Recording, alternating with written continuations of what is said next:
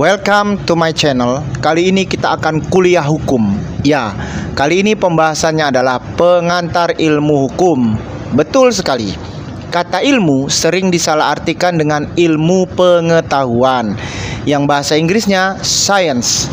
Di dalam Webster Dictionary, kata science berarti knowledge or a system of knowledge, covering general truths or the operation of general laws, especially as obtained and tested through scientific method. Scientific methods atau metode ilmiah bukanlah science. Mengenai metode ilmiah, Webster Dictionary memberi pengertian sebagai principles and procedures for the systematic pursuits of knowledge involving the recognition and formulation of a problem, the collection of data through observation and experiment, and the formulation and testing of hypothesis. Apabila kedua pengertian yang diberikan oleh Webster Dictionary itu digabungkan, dapat dikemukakan bahwa suatu pengetahuan yang diperoleh tanpa melalui prinsip-prinsip dan prosedur formulasi masalah dan hipotesis dan tidak diverifikasi oleh data hasil observasi dan eksperimen bukanlah ilmu pengetahuan. Dengan demikian, yang disebut ilmu pengetahuan hanya bertalian dengan dunia yang kasat mata atau dapat diindra, yang bahasa akademisnya bersifat empiris. Francis Bacon 1561-1626 adalah orang yang pertama kali secara terang-terangan dan terbuka mengkritisi pengaruh Aristoteles, seraya ia sendiri mengemukakan pentingnya metode ilmiah eksperimental. Menurut Francis Bacon, Aristoteles hanya berteori tanpa melakukan pengumpulan data mentah dan mengolah data tersebut. Bagi Bacon, pengolahan data mentah itulah yang merupakan bagian dari ilmu pengetahuan. Oleh karena itulah kemudian ia mulai menyusun metode untuk pengumpulan data mentah dan pengolahan data. Berikut adalah karakteristik ilmu hukum. Data yang dikumpulkan itu diperoleh lewat observasi, bukan melalui olah pikir. Metode demikian disebut metode induksi. Metode induksi inilah yang merupakan ciri khas ilmu pengetahuan. Dengan perkataan lain, metode induksi merupakan garis demarkasi yang memisahkan antara ilmu pengetahuan dengan bukan ilmu pengetahuan. Artinya, kalau tidak menggunakan metode induksi, bukan termasuk ke dalam bilangan ilmu pengetahuan.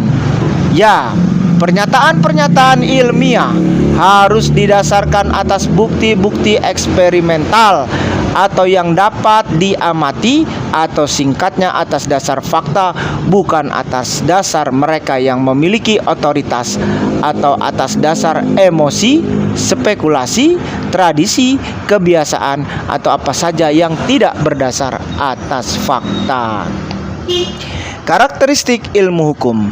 Ilmu pengetahuan secara umum dapat dibedakan menjadi dua kelompok, yaitu kelompok ilmu alamiah yang mempelajari fenomena alam, termasuk kehidupan biologis yang boleh dikatakan sebagai ilmu kehayatan, life science, dan kelompok ilmu sosial yang mempelajari perilaku manusia dan masyarakat. Kedua kelompok ilmu pengetahuan ini termasuk ke dalam bilangan ilmu empiris, yang artinya bahwa pengetahuan yang diperoleh berdasarkan atas fenomena yang dapat diamati dan kesahihannya dapat diuji oleh peneliti lainnya yang bekerja pada kondisi yang sama.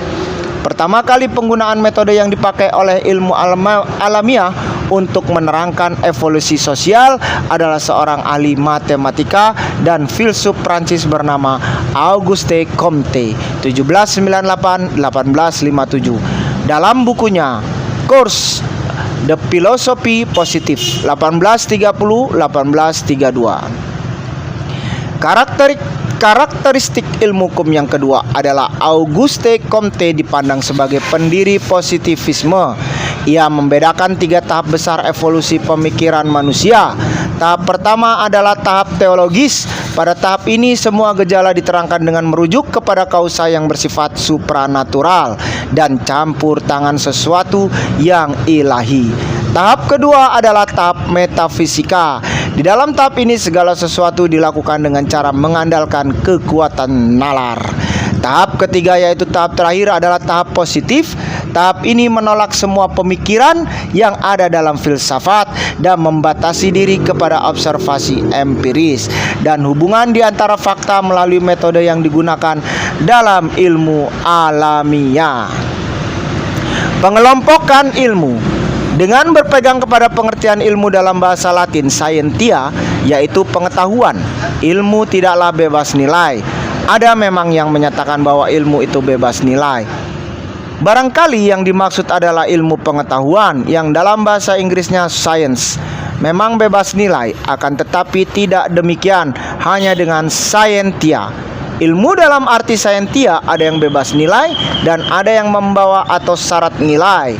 Ilmu yang bebas nilai bersifat deskriptif, sedang ilmu yang membawa atau syarat nilai bersifat preskriptif. Ya, ilmu yang bersifat deskriptif mempunyai bidang kajian yang bersifat kasat mata atau empiris. Hasil kajian diperoleh lewat observasi atau eksperimen. Ilmu ini tidak memberikan anjuran atau mengharuskan dilakukannya hal-hal yang sesuai dengan nilai-nilai atau norma-norma tertentu. Kebenaran dalam kerangka ilmu yang bersifat deskriptif adalah kebenaran korespondensi, telah dianut sejak Aristoteles. Menurut kebenaran korespondensi, suatu pernyataan adalah benar bila dan hanya bila apa yang dinyatakan sesuai dengan realita. Pandangan ini kemudian dipertegas oleh pernyataan filsuf yang sekaligus juga teolog abad 13, Thomas Aquinas. Veritas est adequatio et intellectus, yang kalau diterjemahkan secara bebas, kebenaran merupakan kesesuaian antara sesuatu yang dibicarakan dan yang ada dalam pikiran. Ia juga menyatakan bahwa suatu putusan dikatakan benar apabila putusan itu sesuai dengan realitas yang bersifat lahiriah. Namun, para pemikir modern yang menganut pandangan empirisisme berpendapat bahwa kebenaran adalah sesuatu yang diperoleh berdasarkan pengalaman. Oleh karena itulah, kemudian kebenaran korespondensi cocok untuk ilmu empiris. Empirisisme sudah lama mendominasi scientia. Istilah empiris berasal dari bahasa Yunani empiria atau dalam bahasa Latin experientia. Dari kata experientia itu lalu timbul istilah dalam bahasa Inggris experience dan juga kata eksperimen. Yang keduanya merujuk kepada sesuatu yang kasat mata yang dapat diindra. Berbeda halnya dengan ilmu yang bersifat preskriptif. Ilmu yang bersifat perspektif ini bersifat menganjurkan, bukan mengemukakan apa adanya. Oleh karena itu, dalam berbagai perbincangan ilmu yang bersifat preskriptif, ada kalanya disebut juga ilmu normatif. Hal itu memang tidak salah, karena ilmu ini syarat nilai, sehingga ada juga yang menyebut ilmu yang bersifat preskriptif ini sebagai bagian dari kajian etika. Ilmu yang bersifat perspektif ini sebenarnya ilmu yang berkaitan dengan pengambilan keputusan. Dalam hal ini mengambil keputusan apakah ia seorang akademikus yang sedang membuat karya akademis, perancang aturan, hakim, lawyers, jaksa, petinggi agama, para tetua dalam hidup bermasyarakat, dan berpegang kepada standar atau norma tertentu. Apakah putusan yang ia ambil telah memenuhi unsur-unsur yang ada dalam standar tertentu atau tidak? Jika telah memenuhi standar tertentu, putusan itu benar. Sebaliknya, apabila tidak memenuhi unsur yang terdapat dalam standar tersebut, putusan itu tidaklah benar. Putusan tersebut berupa anjuran atau sesuatu yang seyogyanya dilakukan. Robert C. Solomon mengemukakan kebenaran koherensi sebagai a statement or a belief is true if and only if it coheres or ties with other statement or belief. Artinya sebuah pernyataan atau keyakinan adalah benar jika dan hanya jika itu koheren atau terkait dengan pernyataan atau keyakinan lain.